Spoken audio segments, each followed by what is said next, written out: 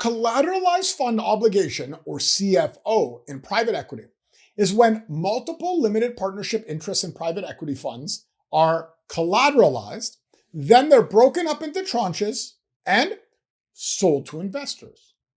This is similar to a collateralized loan obligation, where loans are collateralized, broken up into tranches, and then sold to investors. Now, this process is a bit complex, especially with limited partnership interests, LP interests, and CFOs. So let's go through this step by step to understand.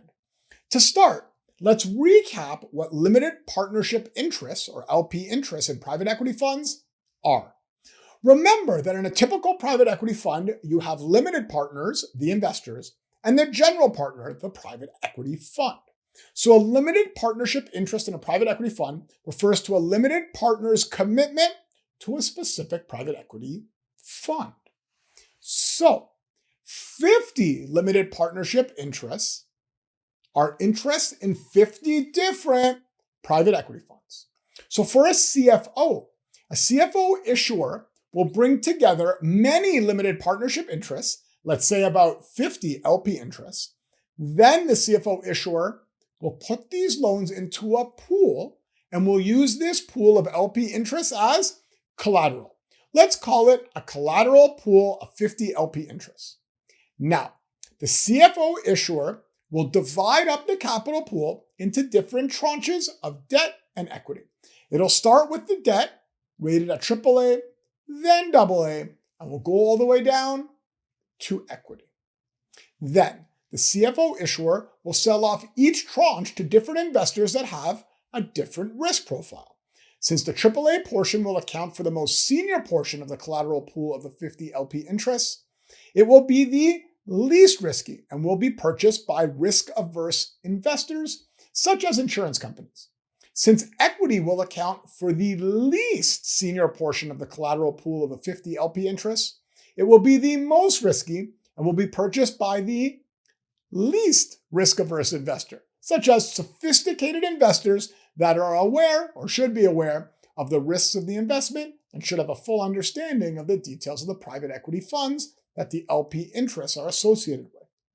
Now, also to note, looking at this CFO structure, there will be a credit facility that will help the CFO issuer maintain liquidity. Now, is this risky?